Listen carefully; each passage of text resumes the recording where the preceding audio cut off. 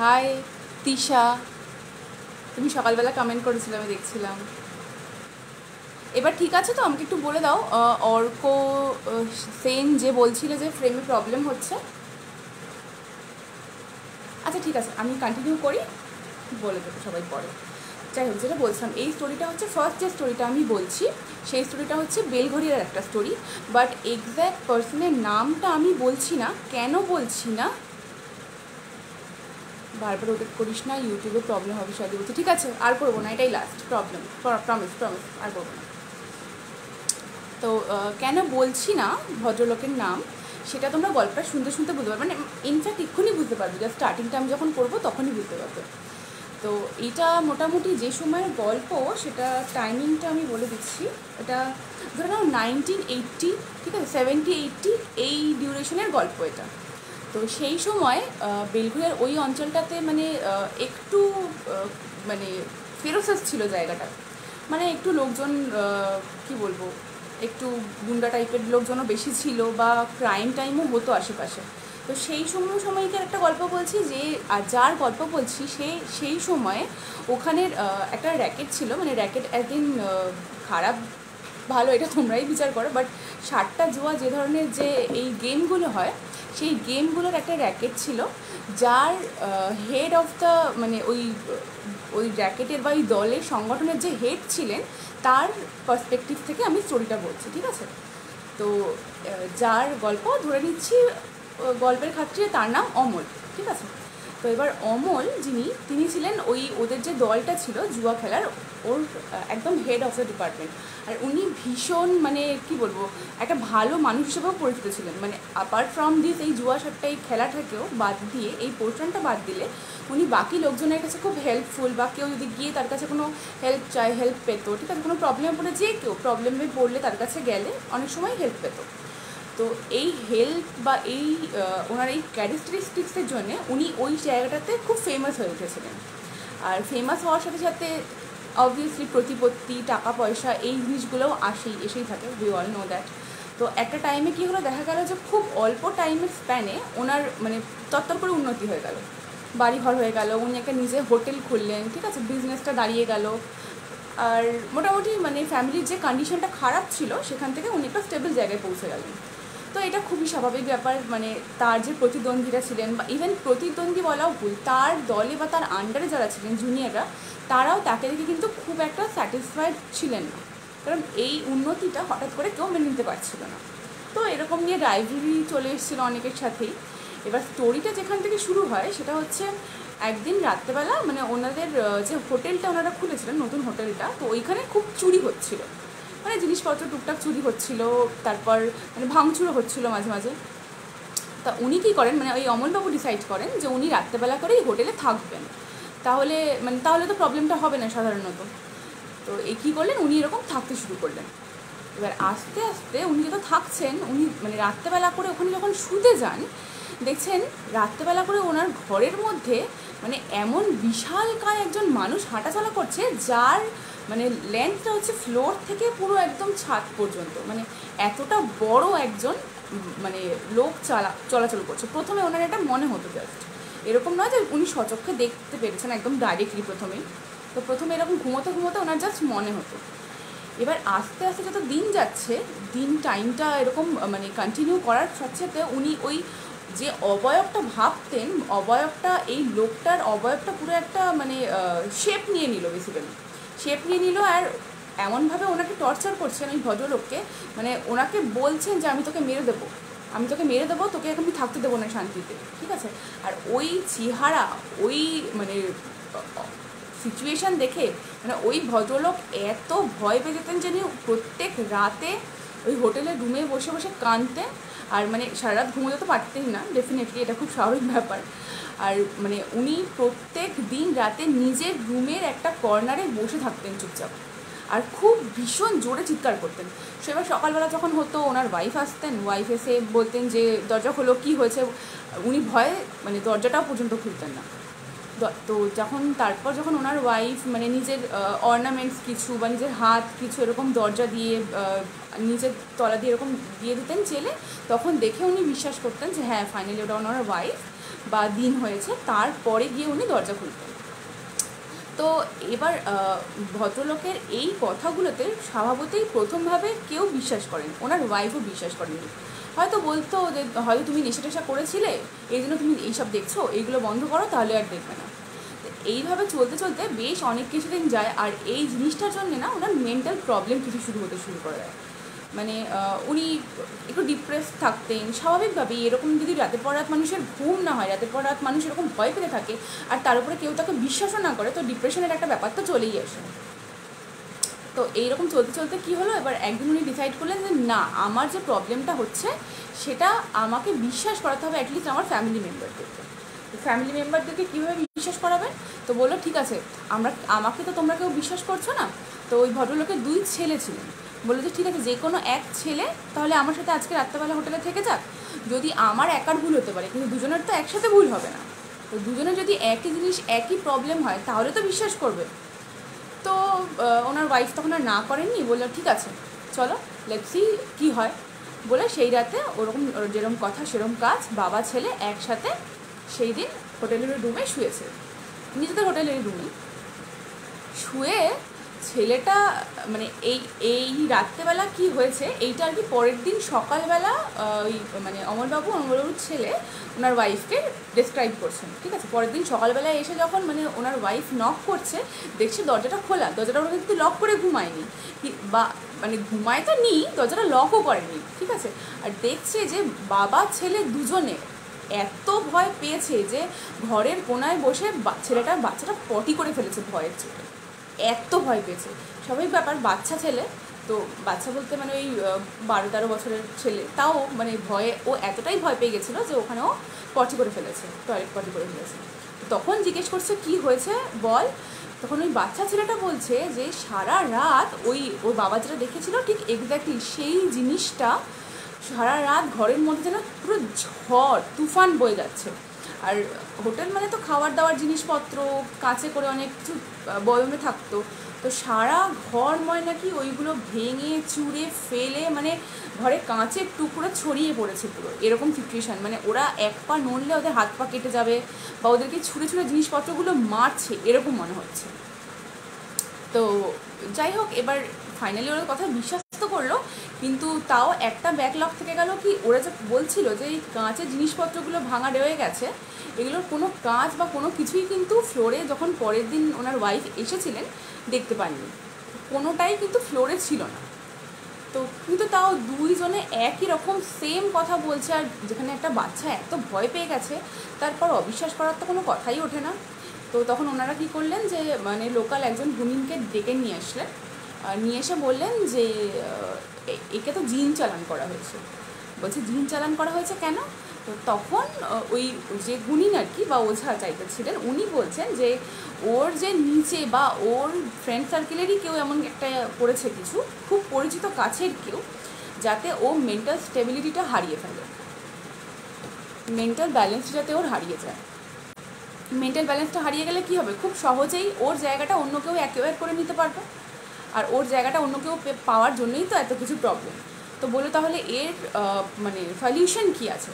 তো ওই ভুবনমোহিনী লিখেছে এসেছি, ওয়েলকাম চলে এসো। তো হ্যাঁ, কথা ছিলাম আমি। তো যে ওয়াইফ জিজ্ঞেস করলেন ওই গুণিনকে যে এর সলিউশনটা কী আছে, মানে কী করলে এর থেকে মুক্তি পাওয়া যায়।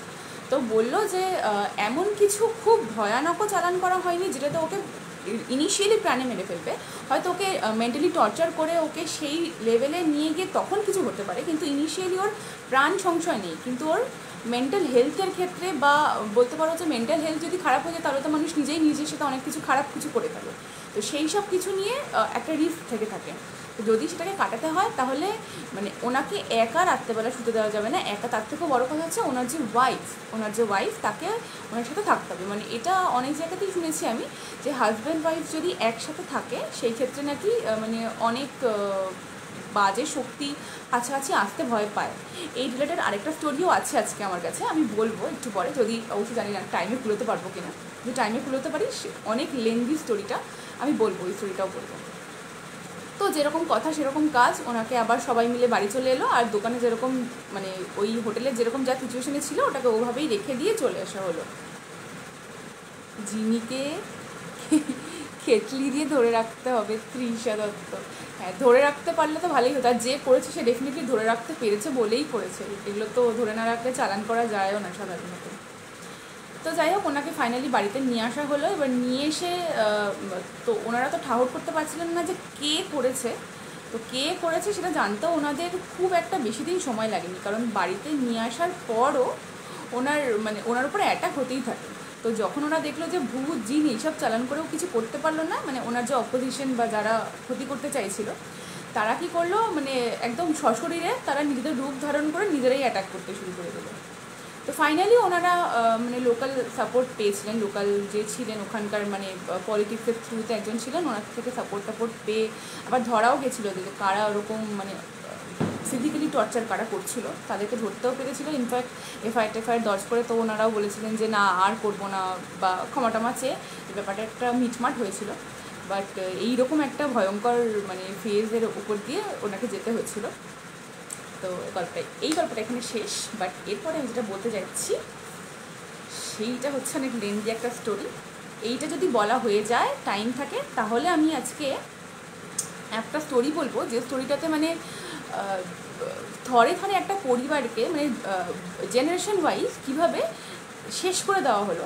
ঠিক আছে, শেষ করে দেওয়া হলো পুরোপুরি বলাটা ঠিক হবে না, হয়তো জেনারেশন ওয়াইজ কীভাবে ক্ষতি করে দেওয়া হলো, এই জিনিসটা বলা বেটার হবে। তো এই জিনিসটার উপরে একটা লেন্দি স্টোরি আছে আমার কাছে, যদি এটা বলে নিই, এই স্টোরিটা বলে নিয়ে যদি টাইম থাকে আমি ওই স্টোরিটাও আজকে বলবো। আচ্ছা, একটু কমেন্ট দেখি। জিন চালান সাংঘাতিক লিখছে অঙ্কিতা চ্যাটার্জি। হ্যাঁ, জিন চালান সাংঘাতিক অ্যাকচুয়ালি। এটা কোনো গল্প নয়, আমি এরকম শুনেওছিলাম যে জিন চালান করার সময় নাকি রুমের মধ্যে যারা থাকে, যে ওঝারা থাকে, তাদের নাকি বা যাদের থ্রু জিন চালান করা হয়, ধরুন সাপোজ এগুলো তো কেউ সবসময় ওঝারা তো নিজেদের জন্যে করে না, কেউ যায় ওদের কাছে, তাই জন্যেই ওরা কারোর হয়ে কাজ করে। তো যে যায় কারোর হয়ে কাজ করার জন্য তার চোখ খোলার পারমিশন থাকে না, সে দেখতে পারবে না জিনকে। তো এরকম কিছু জিনিসটা সাংঘাতিক, যদি দেখে নেয় তাহলে তার ক্ষতি করে দেবে, যে কাজ করাতে গেছে তার ক্ষতি করে দেবে, এরকম বিষাক্ত সাংঘাতিক জিনিস। হ্যাঁ, এক্স্যাক্টলি ঠিক।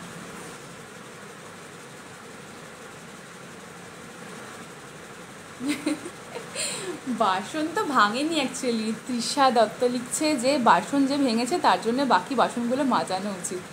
বাসন তো অ্যাকচুয়ালি ভাঙেনি, ওটা কাইন্ড অফ বলা যায় ইলিউশন ছিল, ইলিউশন দিয়ে ওকে পাগল করার চেষ্টা করা হচ্ছিলো, যাতে ওর ওর পজিশনটা অন্য কেউ অ্যাকোয়ার করতে পারে, সিম্পলি, আর কিছুই না।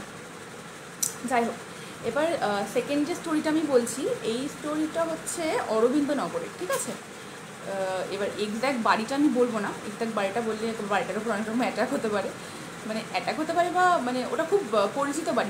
আমি যদি বলি ওই বাড়িটা কোথাকার বাড়ি, বা বাড়িটার নামও যদি বলি, যারা মোটামুটি ওই নর্থ কলকাতার দিকে থাকে তারা একদম বুঝতে পেরে যাবে যে আমি কোন বাড়িটার কথা বলছি।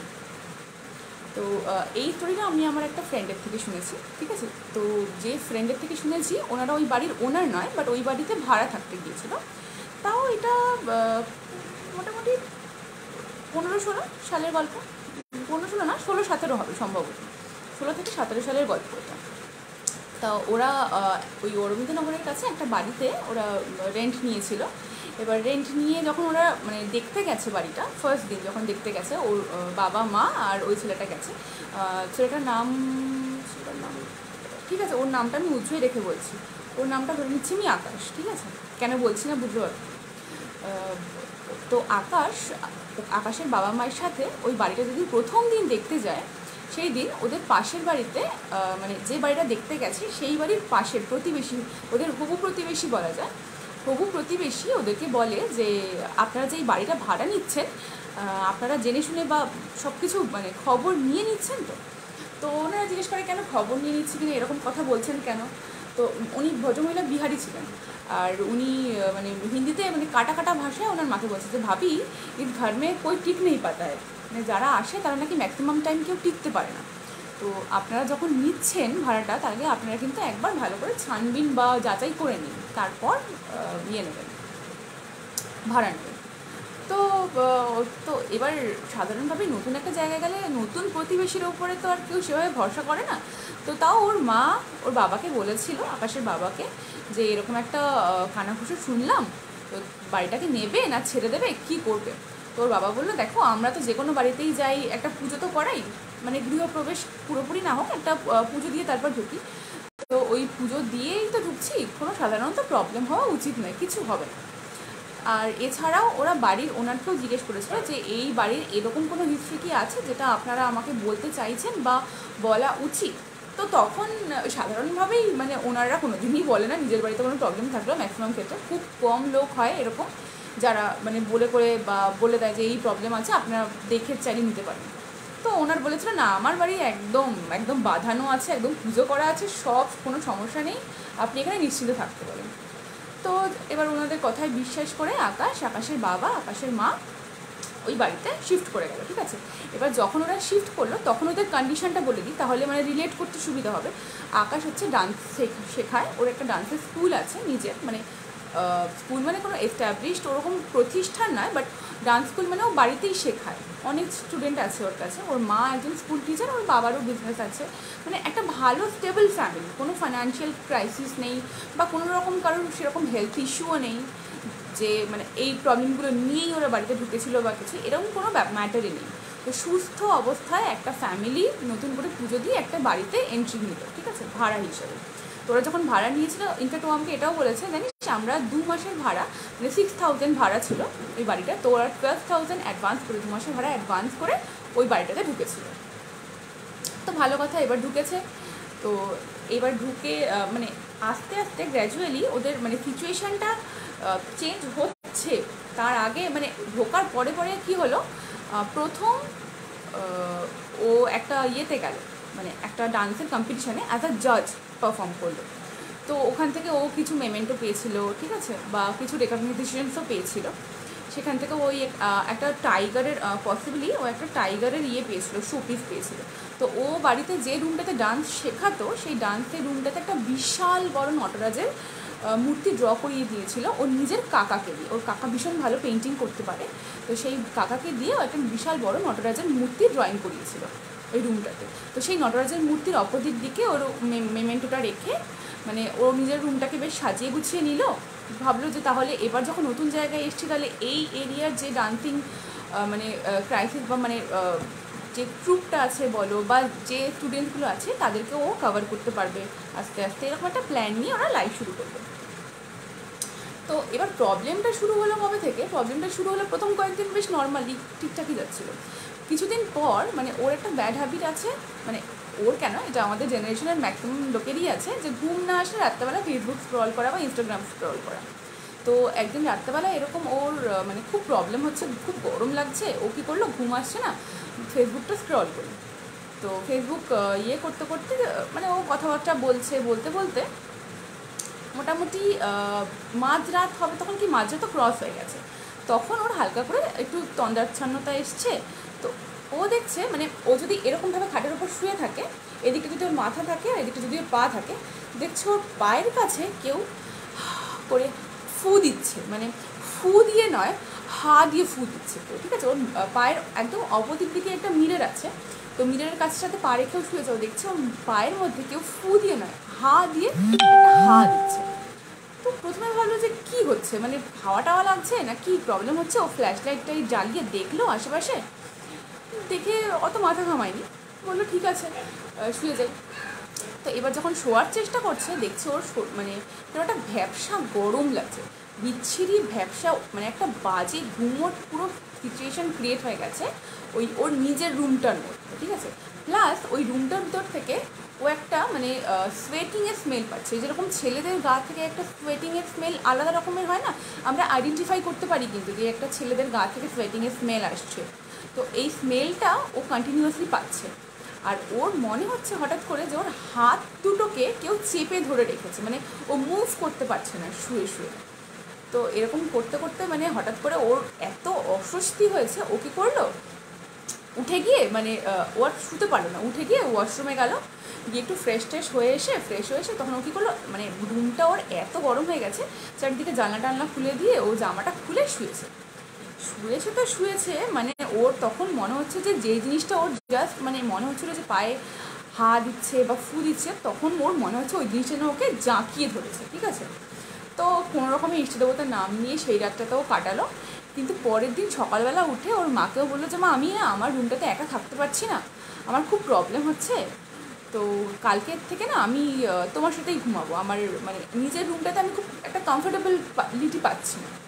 তো স্বাভাবিকভাবেই ও বাড়ির একমাত্র ছেলে, কেউ আর কিছু বলেনি, বললো ঠিক আছে তুই আমাদের সাথে শো, কোনো প্রবলেম নেই, তুই আমাদের সাথে কাল রাত থেকে শুস। আর যেরকম কথা সেরকম কাজ। তো পরের দিন থেকে মানে ও বাবা মার সাথেই শুয়েছিল, সেরকম খুব একটা প্রবলেম পরের দিন হয়নি, বা যতদিন ও বাবা মার সঙ্গে শুচ্ছিল ততদিন আর হয়নি। তো এরপরে এর নেক্সট ইনসিডেন্টটা হলো এর ঠিক কিছুদিন পরে, কখন, যখন ও মামার বাড়ি গেল, ঠিক আছে, মোটামুটি এক সপ্তাহ পরে, এক সপ্তাহ গ্যাপে ও মামার বাড়ি গেছিলো। আর ইনসিডেন্টটা হয়েছিল ওর সাথে না, ইনসিডেন্টটা হয়েছিল ওর মায়ের সাথে, মানে আকাশের মা কাকিমার সাথে ইনসিডেন্টটা হয়েছিল।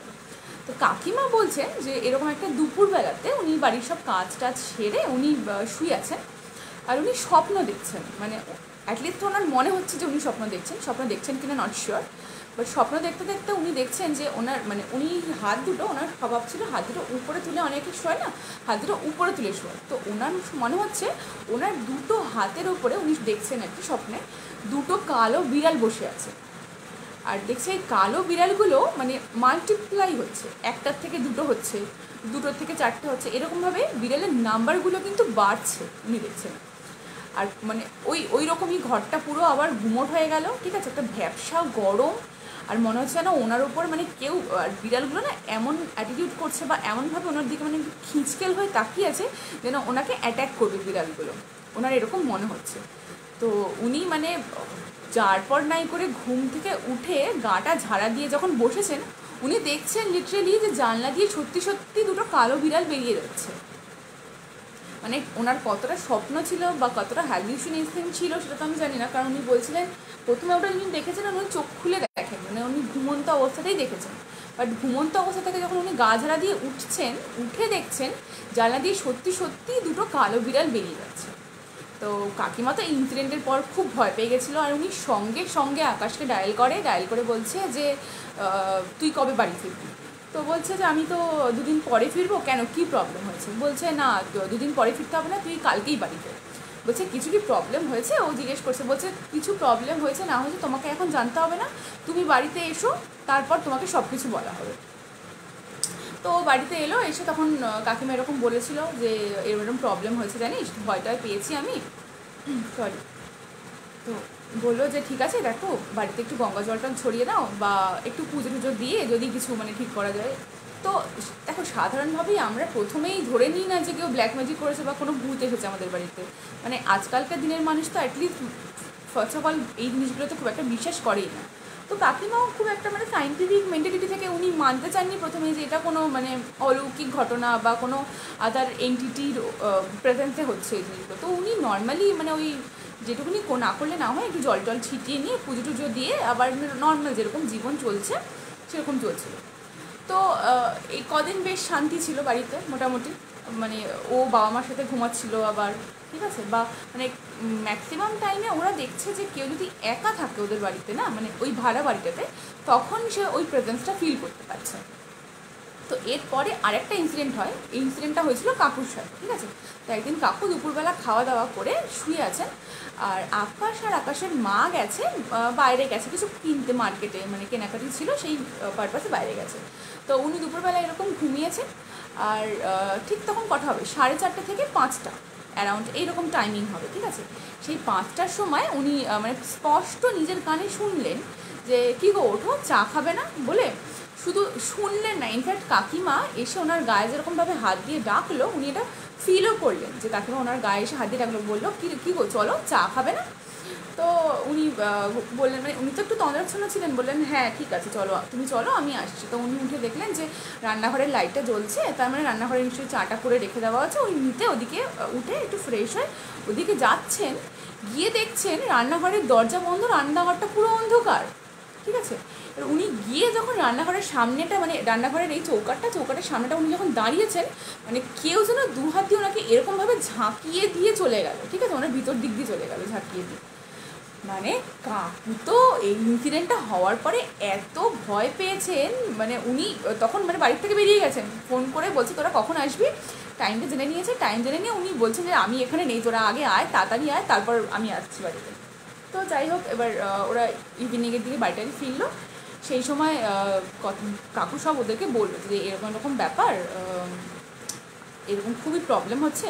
তো সব শুনে কাকিমা বললো যে আমাদের মনে হয় একবার এরকম বাড়িওয়ালা বা হাউস ওনার যে আছে তার সাথে একবার কথা বলা প্রয়োজন, যে কি আছে এই বাড়িতে, এই বাড়ির প্রবলেমটা আদৌ কী। তো যেরকম কথা সেরকম কাজ, কাকিমা সোজা গিয়ে উপরে জিজ্ঞেস করলেন যে তোমাদের বাড়িতে কী প্রবলেম আছে।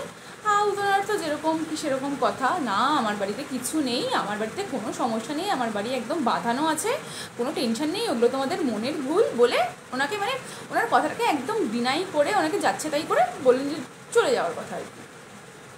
এইবার এইগুলো তো যাচ্ছিল মানে স্টোরির একটা অ্যাসপেক্ট।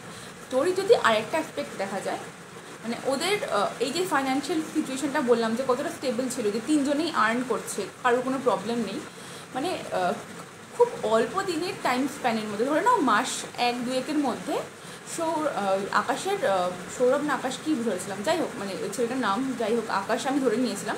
তো আকাশের সব স্টুডেন্ট চলে গেল, মানে লিটারালি একটা স্টুডেন্টও ওর নেই, পুরো স্টুডেন্ট ব্যাচ ফাঁকা। আর স্টুডেন্টের ব্যাচের থেকেও বড় কথা হচ্ছে মানে ওর কাছে নতুন কোনো এনকোয়ারিও আসছে না, কেউ শিখতেও চাইছে না ওর কাছে, পুরো ওর এই স্কুলটা ডুবে গেল। কাকিমার স্কুলের চাকরি যায় যায় অবস্থা, চাকরিটা মানে উনি কোনোরকমভাবে টেকাতে পারছেন না। 3rd মান্থের যে ওদের মানে প্রথমে তো 2 মাস ওরা ঠিকঠাক এরকমভাবে চলছিল, এবার টেনে টুনে চলতে চলতে যখন 3rd মান্থে গিয়ে পৌঁছলো, সিচুয়েশন এতটা ডিটোরিয়েট করলো যে কাকিমাকে হাউস রেন্টটা পর্যন্ত অন্য কারোর কাছ থেকে ধার করে নিয়ে এসে দিতে হলো। এরকম বাজে অবস্থার মধ্যে দিয়ে ওরা একটা বাজে ফেজের মধ্যে দিয়ে ওরা একটা পাস করছিল। তো এবার বাজে ফেজের মধ্যে দিয়ে পাস করলেই সবসময় তো আমরা মনে করি না যে একটু ভূত আছে ঝাড়িয়ে নিই, আমরা চেষ্টা করি যে আরও কীভাবে মানে এই জায়গাটা থেকে বেরিয়ে আসার চেষ্টা করবো। তো যাই হোক ও ওভাবে চেষ্টা করছিল যে কীভাবে সিচুয়েশান থেকে বেরিয়ে আসা যায়, নতুন জায়গায় কন্ট্যাক্ট করা বা স্টুডেন্ট পাওয়ার জন্য। তো এর মাঝখানে আরেকদিন রাত্রেবেলা ওর সাথে আরও একটা এরকম ইনসিডেন্ট ঘটে, মানে যার পরে ওরা আর কি মানে আর শান্ত থাকতে পারেনি, মানে ওদের আর কি এই ইনসিডেন্টের পরে ওদেরকে লিটারালি স্টেপ নিতেই হয়েছিল, পিছনে বিশ্বাস করতেই হয়েছিল। এরকম ডেটটা কি আমাকে বলেছিল নাকি দেখিনি, না ডেটটা এক্স্যাক্টলি আমাকে বলেনি। তো মোটামুটি ধরে নাও ওই 2 মাস পরে বললাম তো যে ভাড়াটা ওদের মানে ওই 3 মাসের মাথায় এরকম একটা স্টোরি, মানে এই 3 মাসের মাথায় এই ঘটনাটা ঘটেছিল আকাশের সাথে। তো একদিন আকাশ আমাকে বলছে জানিস আমার একটা স্বভাব আছে, আমি যদি কোনো পারফিউম কিনি, নতুন পারফিউম কিনলে আমার স্বভাবটা হচ্ছে যে আমি যতদিন ওই পারফিউমটাকে শেষ করব ততদিন আমার ওই পারফিউমটার প্রতি মানে একটা আলাদা অ্যাট্রাকশান থাকবে, মানে আমি ওটাকে শেষ করব তারপর অন্য পারফিউমে যাব নতুন পারফিউম কিনলে। তো এবার ওরকম এক্স্যাক্টলি পারফিউমের নামটাও বলেছে যে পসিবলি সিনথলের এরকম কিছু একটা পারফিউম ও ইউজ করছিল। তো সিনথলের ওরকম একটা পারফিউম মানে ও স্নান টান করে এসে ওর পছন্দের পারফিউমটা ইউজ করে ও বাড়িতে শুয়েছে, নিজের রুমের মধ্যে শুয়েছে বেয়ার বডিতে, গরমকাল অবভিয়াসলি, ঠিক আছে, একটু জামা টামা খুলে ফ্যানের তলায় শুয়েছে। ও দেখছে ও যখন শুয়েছে ঠিক যেরকম প্রথম দিন ওর সাথে হয়েছিল, মানে ওর হাত পাগুলো কেউ চেপে ধরে রেখেছে, ও যেন মুভ করতে পারছে না, সেরকম তো সিচুয়েশান আছেই।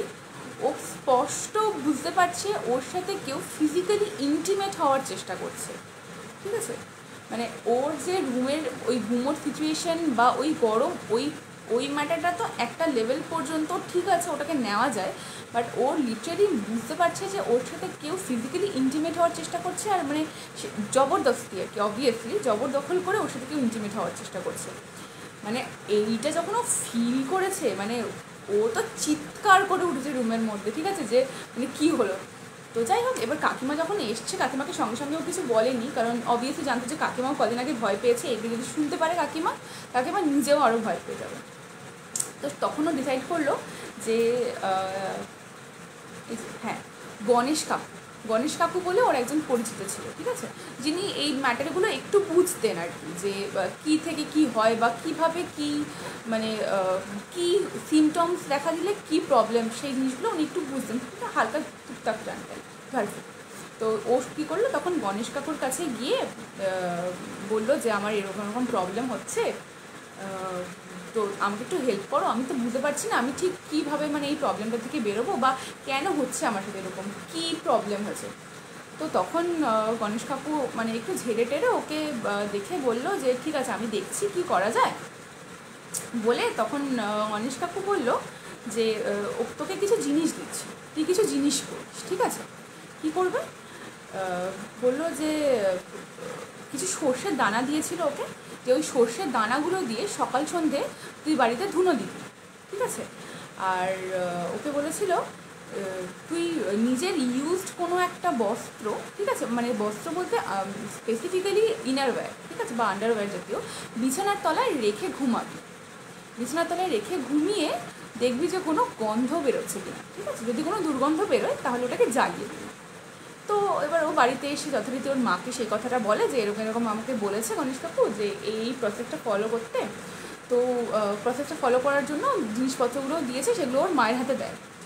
এবার শুরু হলো কি, যখন পরের দিন থেকে কাকিমা ওই ধুনোটা দিয়ে বাড়ির চারিদিকে দেওয়া শুরু করলো, মানে বাড়ির চারিদিকে বোলানো শুরু করলো, বিড়ালের অতিষ্ঠকর কান্না চিৎকার শুরু হলো ওদের বাড়ির চারপাশে। মানে চিৎকার করে বিড়াল কাঁদছে যখনই ওই ধুনোগুলো দিচ্ছে, মানে কাউকে টিকতে দিচ্ছে না, এত বিড়াল কাঁদছে। এটা গেল ফার্স্ট রেমেডিটা, এরকম এফেক্ট দিল। সেকেন্ড যেটা ওকে বলেছিল ইনার গার্মেন্টসটাকে বিছানার তলায় রেখে ঘুমাতে, ইনার গার্মেন্টসটাকে ও বিছানার তলায় রেখে একদিন রাতে ঘুমিয়েছে, পরের দিন সকালবেলা উঠে থেকে দেখছে ওটা থেকে মাছের আঁশটে গন্ধ বেরোচ্ছে লিটারেলি। তো যাই হোক, ওটা তো পুড়িয়ে দেওয়া হলো। এবার কদিন পর আর কি ওরা আবার গেছিলো ওই কাকুর কাছে যে কী হয়েছে বেসিক্যালি জানতে। তো উনি যেটা বলেন, হ্যাঁ উনি বলেছিলেন যে সম্ভবত মানে আকাশ একটা বার্থডে পার্টি থেকে ফিরছিল একদিন রাত্রেবেলা। তো বার্থডে পার্টি থেকে ফেরার সময় ও মানে একটু ড্রাঙ্কও ছিল, বন্ধু বান্ধবের সঙ্গে ফিরছিল হয়তো খেয়ে দে। তো ওদের বাড়ির পিছন দিকে একটা জঙ্গল ছিল, সেই জঙ্গলের ওখানে দাঁড়িয়ে ও কী করছিল, টয়লেট করছিল। আর টয়লেট করে ও পান খাচ্ছিল, পানের পিকটাও মানে পাশে একটু দূরে কোথাও একটা ফেলেছে। তো যেইখানে ফেলেছে সেইখানে মানে কোনো একটা এন্টিটি ছিল, যে হচ্ছে মানে এই এন্টিটিটা হচ্ছে মানে কী বলবো সমকামী, ঠিক আছে। তো সেই এন্টিটিটা ওর প্রতি ভীষণভাবে আকৃষ্ট হয়েছে। ইনফ্যাক্ট মানে ওকে এত পছন্দ হয়েছে যে ও ওর সাথে ওর বাড়িতে চলে এসছে, মানে ওর সাথেও থাকবে ডিসাইড করে নিয়েছে, ঠিক আছে। এবার এইটা তো গেল, আকাশ জানতে পারলো গণেশ কাকুর কাছে গিয়ে। ওর মা কী করলো, মানে এত কিছু হচ্ছে দেখে বাড়িতে কাকিমার শান্ত থাকতে না পেরে পাশের বাড়ির যে বিহারি ভদ্রমহিলা ছিলেন ওনার কাছে গিয়ে হাতে পায়ে ধরে বলছে যে কিছু একটা বলো, মানে কী সমস্যা আমি তো বুঝতে পারছি না, আমাদেরকে বাঁচাও প্লিজ, বলো কী প্রবলেম। তো তখন ওই মানে বিহারি কাকিমা যে আর কি সঙ্গীতা চাচি বলতো আকাশ, তো ওর মায়ের তো চাচি না স্বভাবত, মানে সঙ্গীতাকে বলছে যে বলো ভাই কী হয়েছে। তো তখন ওই উনি বলছেন যে তোমাদের এই যে বাড়িটা আছে এই বাড়িটাতে কিন্তু একটা মানে সুইসাইড কেস আছে, সুইসাইডই বলা যায় কারণ মার্ডার তো কেউ করেনি, বা আবার স্বইচ্ছায় সে সুইসাইড করেছে এরকম নয়, বাট একটা মানে ডেথ কেস আছে এই বাড়িটাতে একটা, ঠিক আছে। এইটা শুনে তো কাকিমার মাথায় হাত, উনি কোনো দিকে না তাকিয়ে সোজা হাউস ওনারকে গিয়ে চেক করেছে যে আপনার বাড়িতে এরকম ডেথ কেস আছে, আপনি আমাকে বলেননি কেন। তো তখন হাউস ওনার মানে পুরো ঘটনাটা ইনসিডেন্টটা আন্টিকে বললো যে ওই বাড়িটা যে বাড়িটাতে ওরা এখন রয়েছে সেই বাড়িটাতে আগে না রং ব্যাগ এইসবের কারখানা ছিল, মানে গুদাম ঘর ছিল। আর ব্যাগের বিয়েগুলোতে কী হয়, কারখানাগুলোতে কী হয়, মানে তখন তো অত দেয়াল পার্টিশন করেছিল না, একটা হল রুমের মতন ছিল। এবার হল রুমের মধ্যে ওই ব্যাগগুলোকে বা ওই যে চট যেগুলো যে প্রোডাক্টসগুলো ছিল ওগুলোকে একটার পর একটা এরকমভাবে তাকে তাকে রাখতো। তো সেই ওইখানেরই একজন ওয়ার্কার, ওই মানে কারখানার একজন ওয়ার্কার একদিন এরকম দুপুরবেলা খেয়ে দে কী করেছে, কানে হেডফোন দিয়ে ওই যে তাকে তাকে রাখা ছিল যে ওই মেটেরিয়ালগুলো মানে কাগজ বা এইসব রাখা ছিল তার একদম উপরে গিয়ে ঘুমিয়ে পড়েছে শুয়ে, কানে হেডফোন দিয়ে তাও। এইবার সেই সিচুয়েশানে এই যে ওনার মানে যে যার বাড়ি তার যাওয়ার ছিল, মানে সেই দিন ছিল লাস্ট, তার ছিল শিলিগুড়ি যাওয়ার। তো উনি ঢুকেছেন, উনি নিজের কাজ করেছেন, জিজ্ঞেস করেছেন চিৎকার করে যে কেউ আছো, কেউ থাকলে বেরিয়ে যাও, আমি কিন্তু লক করে দিচ্ছি।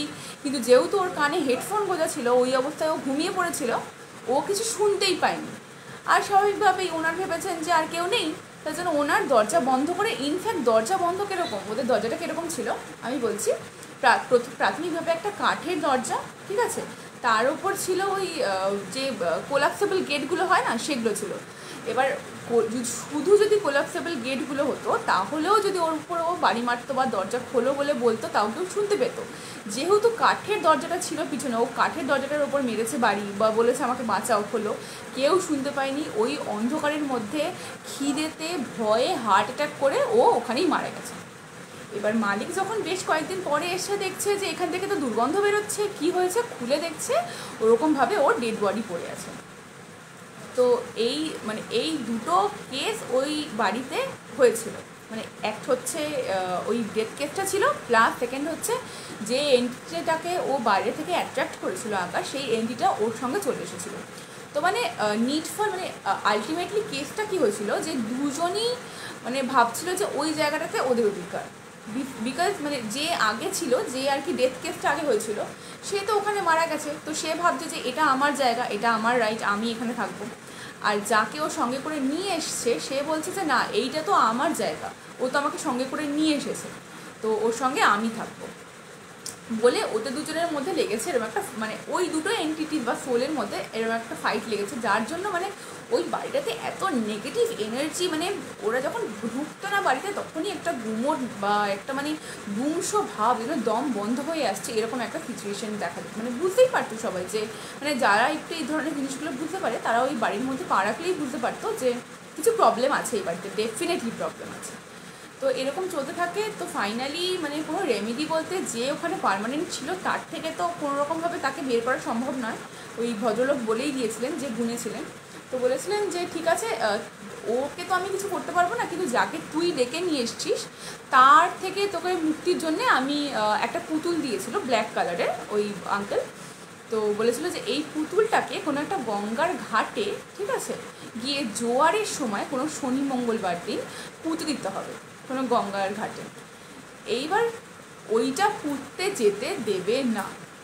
কীরকম শুরু হলো, কাকিমা শুরু হলো শরীর খারাপ, আর এই কাজটা কাকিমাকেই করতে হবে। কাকিমার হলো শরীর খারাপ, কাকিমা পড়ে গেলেন পুরো বেড রেস্টে। এইবার তো দিদা এলো, মানে কাকিমার যে মা, আকাশের যে দিদা, উনি এলেন দেখাশোনা করতে, উনি পড়ে গেলেন সিঁড়ি থেকে, ওনার ভাঙলো পা। মানে একটার পর একটা এরকমভাবে উপদ্রব করলো যে ওই জিনিসটা করতে যেতে দেবে না। আর কারণ উইকে তো দুটো দিন, এটা টিউসডে বা স্যাটারডে, তো এই দুটো দিন যদি আটকে দেওয়া যায় তাহলে বাকি দিনগুলো তো এমনিই অকেজো। এরম করতে করতে বেশ অনেক দিন পেরিয়ে গেল। গণেশ কাকু বলতে অনেক দিন হয়ে গেছে, এইটা দিয়ে আর কিছু হবে না। তো উনি কী করলেন, পুজো করে ওইটাকে জ্বালিয়ে দিলেন, জ্বালিয়ে দিয়ে আরও একটা পুতুল সেদিন মানে নেক্সট যেদিন গেছিলেন ওটা স্যাটারডেই ছিল, ওই পুতুলটা দিয়ে বললো তোকে আর কিছু করতে হবে না, তুই সোজা এটাকে নিয়ে আগে গিয়ে পুঁতে দে, তারপর যা হবে দেখা যাবে। তো আন্টি গেল, গিয়ে ওটাকে নিয়ে গিয়ে পুঁতে দিয়ে ওখানে বাড়ি এলো, বললো যত তাড়াতাড়ি সম্ভব এই বাড়িটা তোরা ছেড়ে দে, ঠিক আছে। এবার বাড়ি ছাড়বে কি, বাড়ি ছাড়তে গেলে তো আরেকটা বাড়ি খুঁজতে হবে, মানে আর একটা বাড়ি যে খুঁজবে সেই সিচুয়েশানও ওদের নেই তখন, ফাইন্যান্সিয়াল কন্ডিশন তো খারাপই, প্লাস মানে বাড়ি পাচ্ছে না, যেগুলো বাড়িগুলো ফাইনাল হচ্ছে ফাইনাল হয়ে কেটে যাচ্ছে এরকম। তো যেরকমভাবেই হোক 6 মান্থস পরে খুব কষ্ট করে, বা অনেকে মামার বাড়ি থেকে হেল্পও পেয়েছিল, আশেপাশে বন্ধুবান্ধবের থেকে হেল্প পেয়ে একটা আলাদা বাড়িতে সেটেল হয়ে গেছিলো। কিন্তু সেটেল হয়ে যাওয়ার পরেও মানে ওকে বলেছিল যে দেখ, তোরা যে ওই বাড়ি থেকে চলে এলি, তোরা ওই এন্টিটির থেকে মুক্তি পেয়ে গেলি, যে ওই বাড়িতে থাকতো, ওই সোলটার থেকে তোরা ছাড়া পেয়ে গেলি, কিন্তু যাকে তুই ডেকে নিয়ে এসেছিলি নিজের কাছে তার একটা দৃষ্টি মানে কোনো রকমভাবে থেকে যেতেই পারে। তো ওকে বলেছিল যে এই শনি মঙ্গলবারগুলো একটু মানতে, ঠিক আছে, সন্ধেবেলা বা রাতের দিকে মানে একটু না বেরোতে, বা স্পেসিফিক্যালি যদিও একা কোথাও যায় বা রাতের দিকে কোথাও যায়, রেড কালারটা যেন ও কোনো দিন না পরে, এই জিনিসটা মানা করেছিল।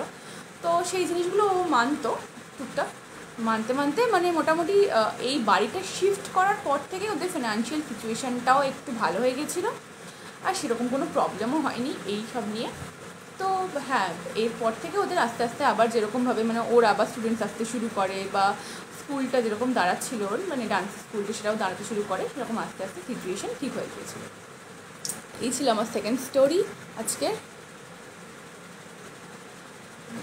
রিঙ্গা রিঙ্গা রোজেস চলছে, উই অল ফল ডাউন। কি অদ্ভুত। অর্ক সেন বলছে খুব অদ্ভুত, মরেও শান্তি নেই। হ্যাঁ, ভূতেদের মরেও শান্তি নেই। মরে গেছিস তো বাবা, যা না, নিজেদের দুনিয়া যা, নিজেদের লোকজনের সাথে গল্প কর। কেন জ্যান্ত মানুষের পিছনে কি বলবো। ওই ভুবনবাহিনী লিখছে, এ যুগে মানুষের এথিক্স আছে কি যে ভূতের এথিক্স থাকবে। হ্যাঁ সেটা তো বটেই, বাট তাও কী আর করা যাবে, মানে আমরা তো যতদূর সম্ভব ওদের থেকে ডিস্টেন্স মেনটেন করেই চলি। ওরা যদি ডিস্টেন্স মেনটেন না করে তাহলে আর আমরা কী করতে পারি। অলমোস্ট 10:30 বাজছে। আর একটা স্টোরি, লং স্টোরিটা তো আজকে আর হবে না, 10:30 বেজে গেছে, আমি আর বেশিক্ষণ কন্টিনিউ করবো না, আমার শরীরটাও দেবে না খুব বেশি দিন। আর একটা ছোট্ট স্টোরি,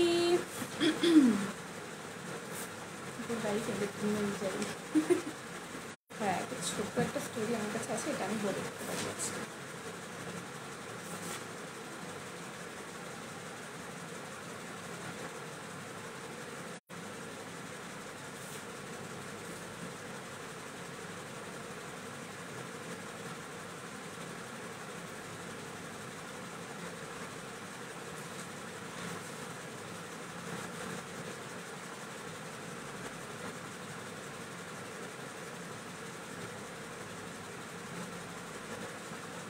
আচ্ছা একটা ছোট্ট স্টোরি আমি বলে দিচ্ছি। হ্যাঁ আজকে এটা লাস্ট স্টোরি বলছি আজকে।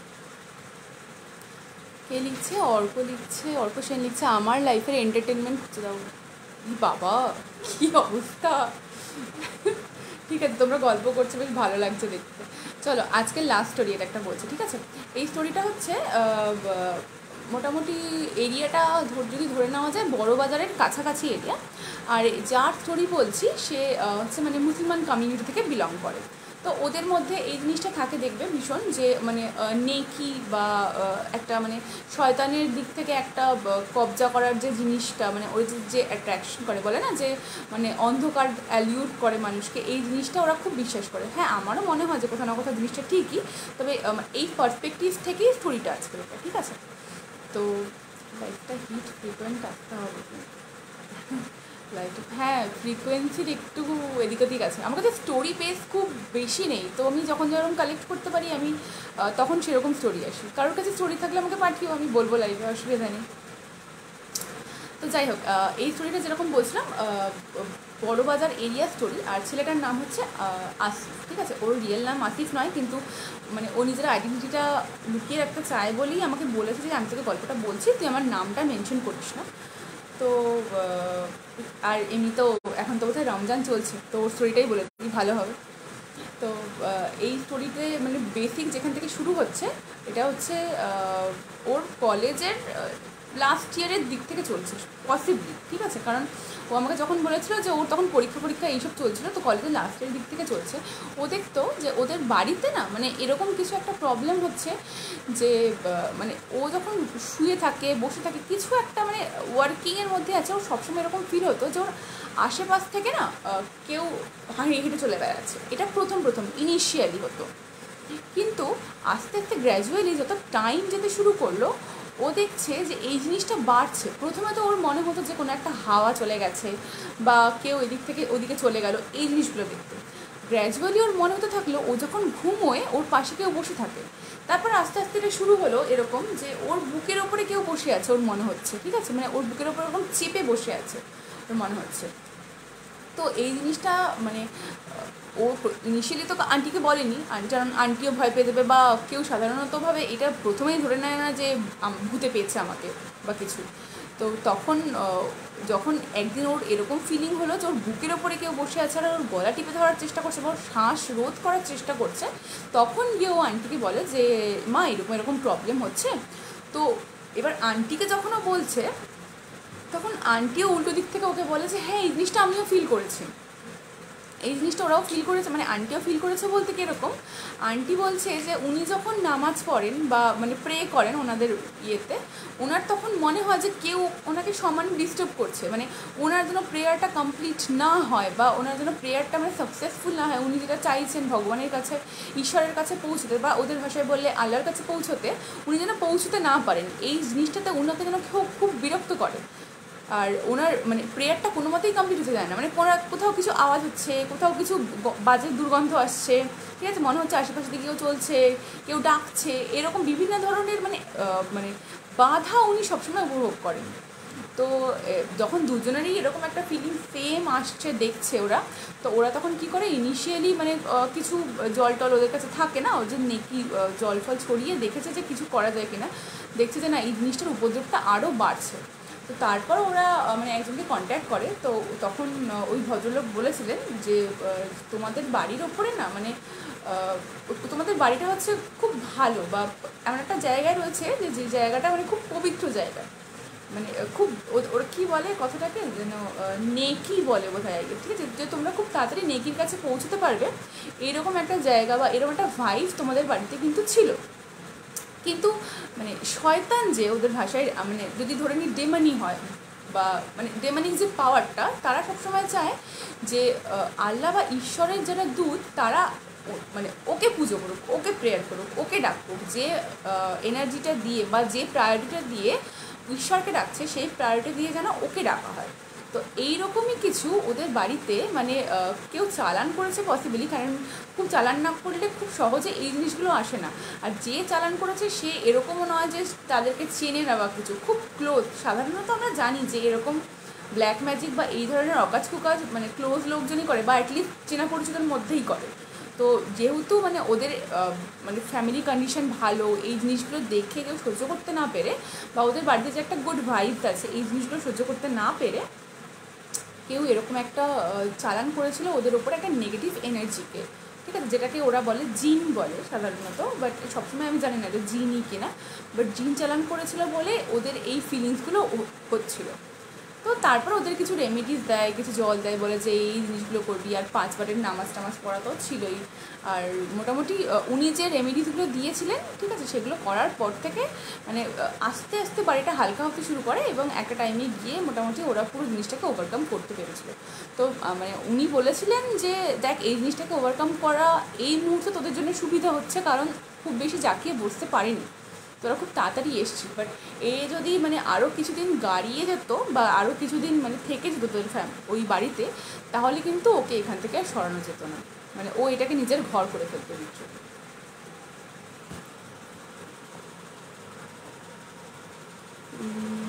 এই ছিল থার্ড স্টোরি আপাতত। কটা বাজে? 10:30 বাজে।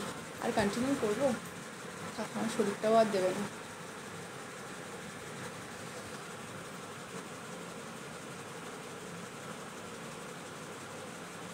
আচ্ছা ঠিক আছে, আজকের মতন টাটা বাই বাই সবাইকে, গুড নাইট, ভালো থেকো। আর কীরকম লাগলো স্টোরিগুলো আমাকে জানিও।